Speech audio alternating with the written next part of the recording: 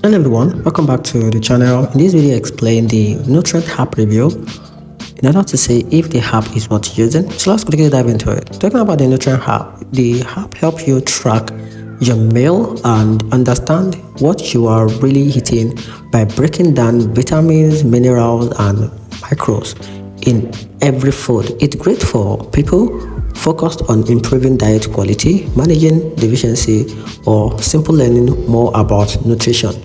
The clean layout and extensive food database make it easy to log meals and see instant nutrient insight.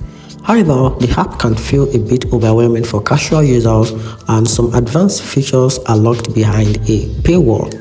Data synchronization across devices can also lag at times, and it can be very annoying. So in my opinion, the app is worth using if you're serious about nutrition tracking, but it may be too detailed for someone just looking to count calories. And that's it. Hope you find the video helpful. If you did, hit the notification button and make sure you subscribe for more review.